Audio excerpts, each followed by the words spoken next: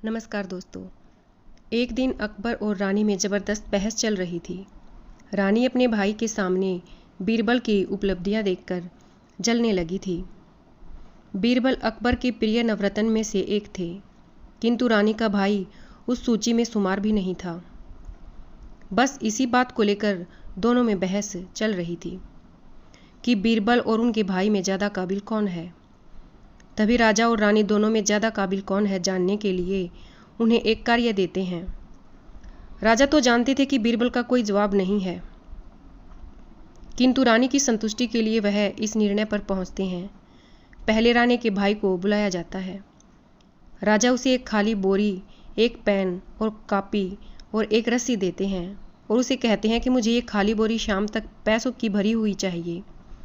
राजा के साले साहब बाजार जाते हैं और वहाँ बिना दिमाग लगाए पैसों की बोरी भरने के लिए दुकानदारों से छीना झपटी पर उतर आते हैं, जिसका परिणाम यह हुआ कि ना तो वह पैसे ला पाया और उसके इस व्यवहार की खबर राजा तक पहुंच जाती है। राजा के पूछने पर वह बोलता है, महाराज, यह कार्य असंभव है। बिना किसी व्यापार के कोई पागल ही होगा जो मुझे पैसों की बोरी भर कर देगा। बिना छीना झपटी के मेरे पास कोई दूसरा विकल्प नहीं था। राजा रानी से कहते हैं कि अब देखना रानी, मैं यही कार्य बीरबल को देता हूँ। रानी को अपने भाई की दशा देख कर लगा कि बीरबल भी यह कार्य नहीं कर पाएगा। राजा ने बीरबल को बुलाया और वही सामान देखकर कार्य सौंप दिया।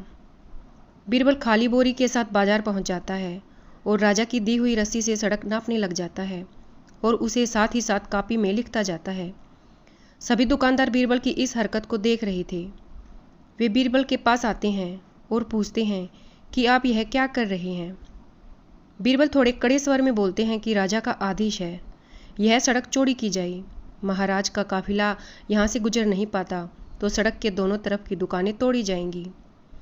सभी दुकानदार इस बात को सुनकर सफ़ेद हो गए। उन्हें अपनी दुकानों की फिक्र होने लगी जो खासी कमाई कर रही थी। उन्होंने बीरबल को कुछ ले देकर अपनी दुकानें बचाने के लिए कहा। बस बीरबल को इसी मौके का तो इंतजार था।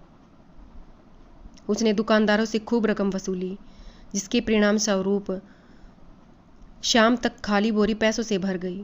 बीरबल ने उन्हें राजा को सौंप दिया। रानी भी इस बात पर यकीन नहीं कर पाई, लेकिन रानी को संतुष्टि कहाँ थी। उसने राजा से एक और कार्य देने के लिए कहा। राजा ने उसके लिए भी हाँ कर दी। पहले रानी के भाई को ही बुलाया गया। अब कार्य था कि बाजार से खाली मटकों को घी में भिगोकर लाना था, वो भी बिना पैसों के। राजा के साले साहब मटके लेकर बाजार पहुंच जाते हैं। सभी दुकानदारों से मटके घी में भिगोने के लिए कहते, वह भी बिना पैसे के। सभी दुकानदार उसे पागल समझते और उसे वहां से भगा देते हैं।